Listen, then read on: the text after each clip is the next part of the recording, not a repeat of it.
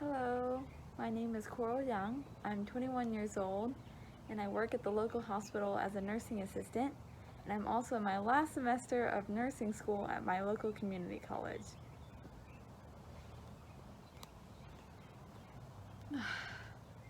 It's so hard to meet people face to face nowadays. Even when we're face to face, we have these masks on, but I'm just going to tell you as much as I can about myself and my life and what I hope to do in healthcare over the next few years.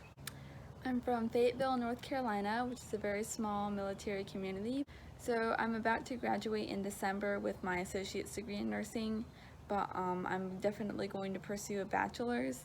I would really like to work in the emergency department because my goal in life, my absolute dream, is to work with an organization called Doctors Without Borders.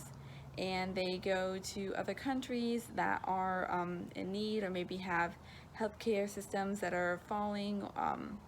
The infrastructure in those countries is just not as good. And so I would really like to help train the nurses in those countries to take care of the patients and help with that. I don't know if you guys recognize my name, but I've actually met this company before. The only reason why I have FIGS scrubs, they're so expensive and they're so lovely, but I remember when you guys released the color coral and I commented on your post and I said, oh my goodness, coral, that's my name. And so because of that, you guys sent me these scrubs and they are, by far the best scrubs I've ever owned. And unfortunately we have a uniform in the hospital, but I wear them whenever I can.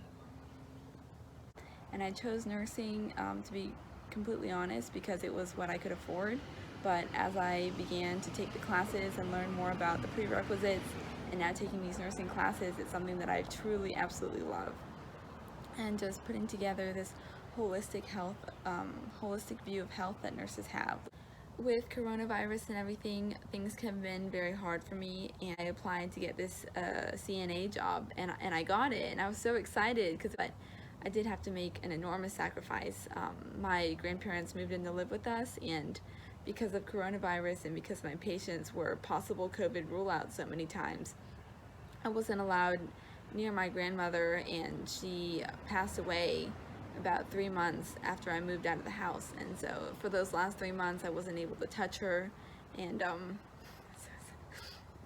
and so I would just wave at her through the door. But I think that she would have been proud of me, and she was very excited for the goals that I had. I'm sorry. So that's why I think that I would make good use of the funds that FIGS has made available to everyone. And thank you so much for hosting the scholarship and just for listening to our videos and being willing to just hear all the stories that we have to share. I know a lot of students, when they graduate, they write a nursing philosophy, and I'm just going to share mine, but mine is just kind of written in thoughts, nothing official. So, the hospital dehumanizes people. When I think of nursing, I think about Florence Nightingale, who advocated for hand washing and helped cure those soldiers. Meanwhile, the people I see don't feel human anymore. Morbidly obese, over 500 pounds, with a hospital problem list that never ends.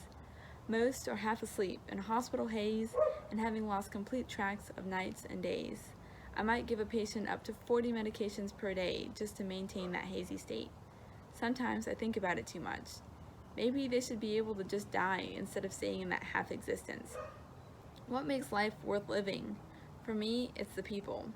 Making memories with others, seeing energetic little kids and active adults, falling in love and breaking up, pursuing a dream and doing those genuine acts of kindness just to show that you care.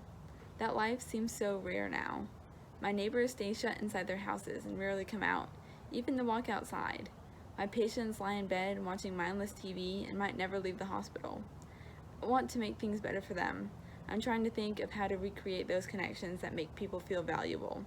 I know this isn't the only type of nursing out there, but if I leave, I know these patients will still be lying there with nothing to look forward to and nothing giving their lives meaning at the end. And so that's something that I wrote when I worked in long-term acute care as a student nurse.